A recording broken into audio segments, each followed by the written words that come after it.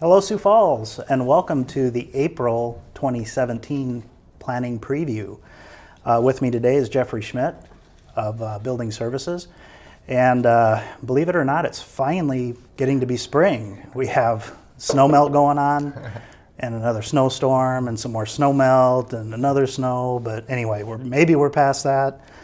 We'll be getting to rain season. That's correct. Could be flooding, unfortunately, sad but true.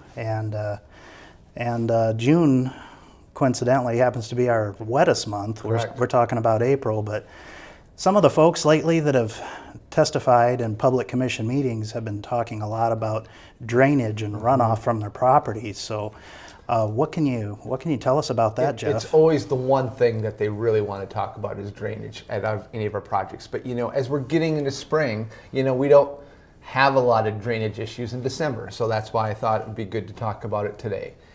Drainage is either rainfall or snow melt off of your property or onto your property, and how does it act?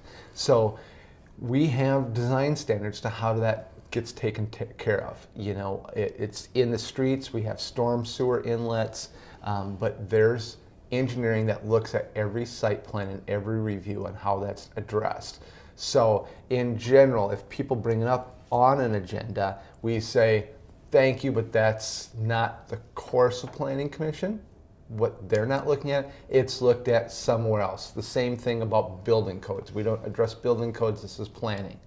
But now, really what I want people to understand and know is they really need to understand that their flood risks are.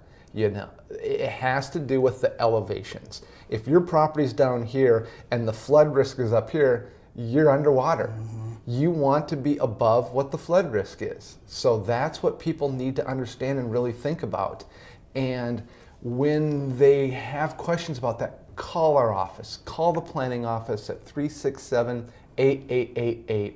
Stop down to City Hall. We can show them general contours of what's out there, what their properties look like, what the flood risks are.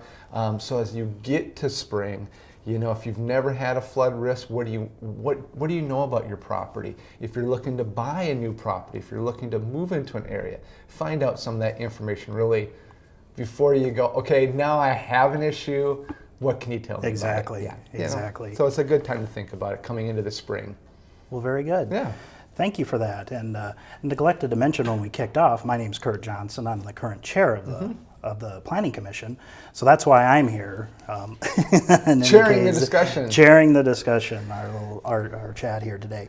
So there's some good items coming up with the lineup into the Planning Commission this next month, and this first item looks like a rezone from a single-family residential suburban to a live-work district at north of East 26th and south of Cleveland Avenue. What can you tell us about this Correct. one, Jeff? And we've had this on the agenda for a little while now. It's live-work right now, where they could do apartments or they could do office. And it's actually, we say 26th Street because there's no street where this is at. It's down on Cleveland Avenue, about 24th Street, or Rock Creek, I found. So if people are familiar with this area, it's down in that area. And what they want to do is rezone it to allow for RD, twin home area development. So they're kind of doing a down zone. But again, talk about drainage. It's down in this swale, in this drainage area, and they have to address drainage issues.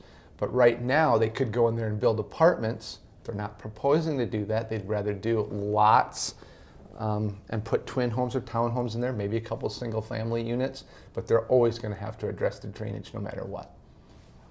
Very good. Excellent topic there. Next item is a rezone from a single family residential to an RD twin home, kind of a downgrade as well, at the 7800 block of West 60th. This is in the southwest part of town on West 60th Street, and it's a 2-acre site. So again, townhomes are a big market in Sioux Falls. It's more affordable for how much land you have, and so this applicant has some land and he's just requesting to do that, and we'd have to meet all the other standards also. Very good. Next item is kind of upgrading from residential to a light industrial, and this is on North Highland Avenue. This one's interesting. We had one last month like this, but it's on the north end of town, and it's generally been used as an industrial site already. So the neighbors know what it is, it's been there, but we're going to have the public hearing, the public testimony, and see how the discussion goes. But the property owner is already using it industrially, and so he needs to rezone it correctly. Very good. And so just to clarify, when we say light industrial, we're not talking heavy chemicals, we're not Correct. talking... It's basically storage. Very good. Thank you.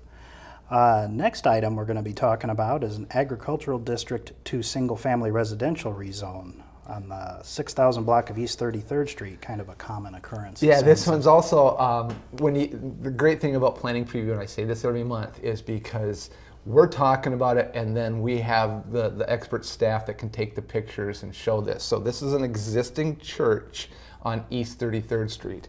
So the church is coming in the city of Sioux Falls, and it's not ag, folks. So it's not cropland and it's not livestock. So they're rezoning from ag to RS, single family.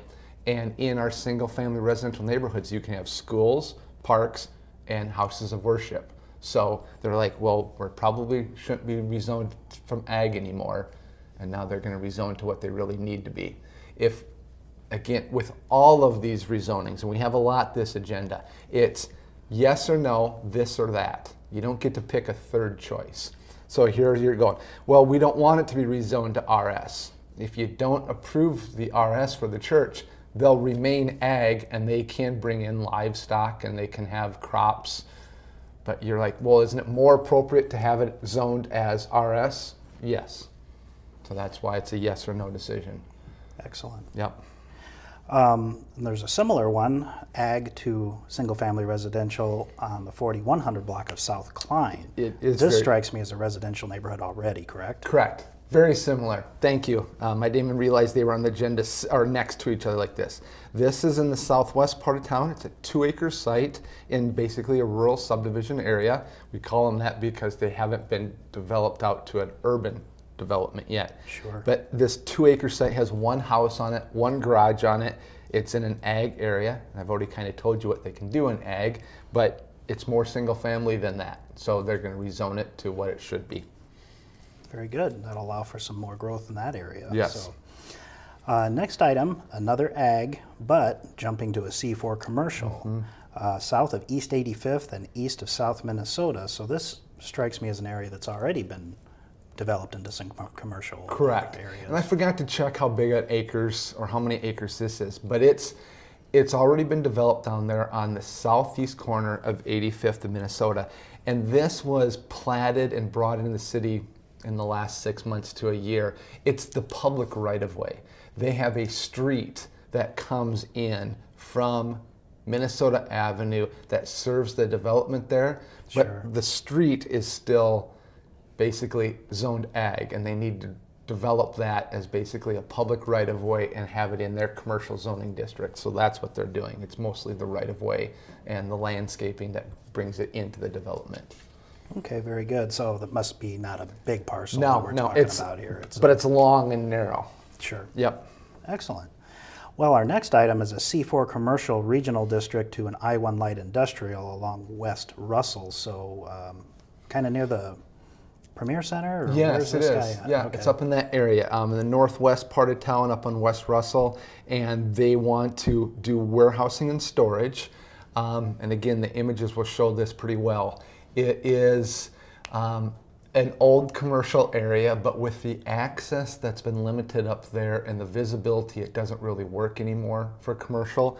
But it could if someone wanted to do commercial, but it's been that way for a long time and it hasn't made it. The market's just not there. So they've come back and said, could we do I-1? There's a lot of industrial up in that area also. So again, it's not heavy industrial, as you said, that would be I-2, but more warehousing storage on this lot. Very good. Next item, a rezone from the agricultural district to live work district, East 6th and North Bonson. This is the one that's been on the agenda for a long time. It's come back and forth. So this is that 6th and Bonson project. It's been ag historically. Originally they came in, they wanted to do just straight up apartments. Now they're requesting to do live work. Live work, again, we had that earlier on the agenda, is apartments or office. Live work. So what we're working with the neighbors on and the applicant and is facilitating the discussion is how much living and how much working.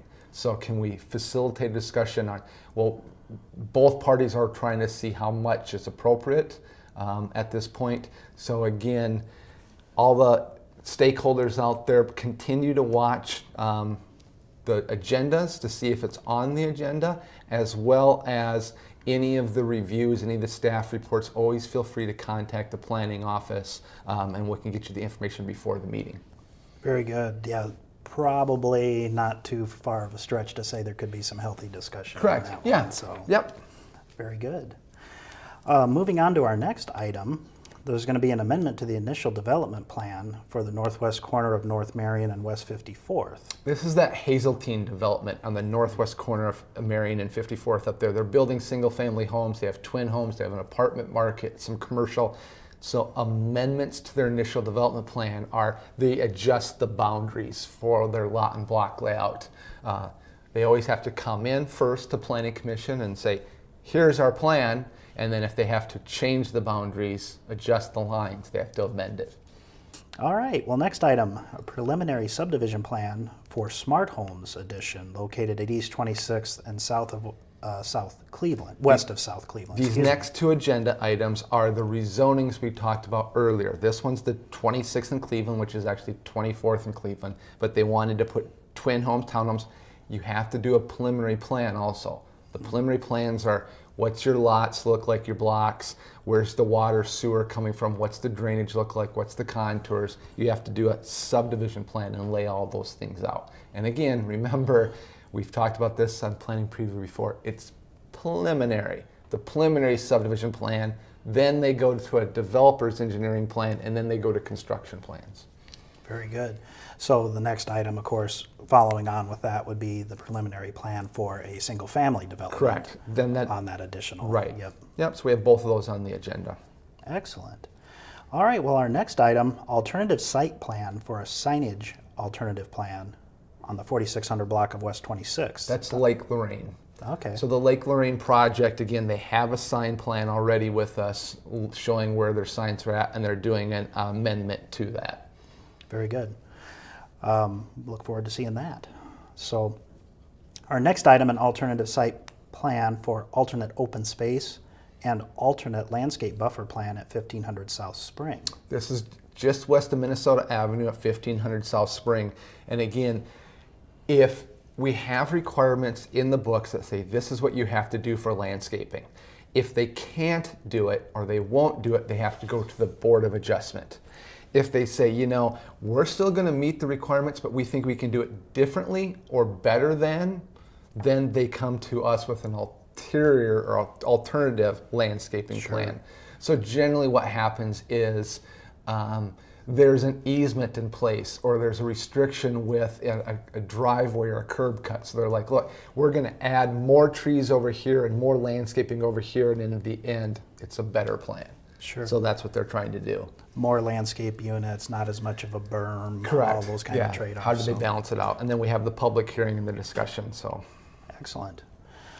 Speaking of Lake Lorraine, an amendment to the initial development plan for that area, pedestrian-oriented planned unit development. And I see I did not group these, but we just talked about that one at Hazeltine. Sure. This one's Lake Lorraine. They're adjusting their lot and block layouts. As well as with Lake Lorraine, they now are, it seems like they're building it out so fast, but they know a couple of their buildings that are switching from office to retail and some that are moving from retail to office. So they tell us that, and then we have the public discussion. Very good. Just had Relation move into that neighborhood, so yeah. I see it all the time. Yeah, a lot of change. All the changes. All right. Well, next is a conditional use for an accessory off-site parking lot within 250 feet of a DD or AD form, 800 block of East 8th. At the 800 block of East 8th, there's some old commercial buildings and structures, and they can meet their parking requirements on the site or off-site. And as they're meeting this parking, some of the required parking off-site, they're also close to single family, so they have to have a conditional use to how are they going to address that with their landscaping, how the traffic's going to move, so they're having that public hearing. Sure, very good. And this last item sounds like a topic we've seen before as well, a conditional use for on-sale alcohol within 500 feet of a sensitive land use. And this is a 2200 block of South Minnesota. And if they were not next to single family, they would just come in and get their liquor license, they'd go to the city council, and then they'd get their application. But since they're within 500 feet of sensitive uses, which are churches, schools, or single family, they have a conditional use. And so it's on sale, so that means they're drinking at the establishment, versus off sale as they get packaged alcohol and they take it away. This is on sale at the site, and they have the public hearing. Yep, very good. Well, that seems to be the limit So of our far, agenda. that's the agenda that we have. Always feel free to call our office or stop in. We put it also on our website at siouxfalls.org. Excellent. Well, thank you, Jeff. Thanks, Kurt. This has been a great meeting. And thank you, Sioux Falls, and have a great night.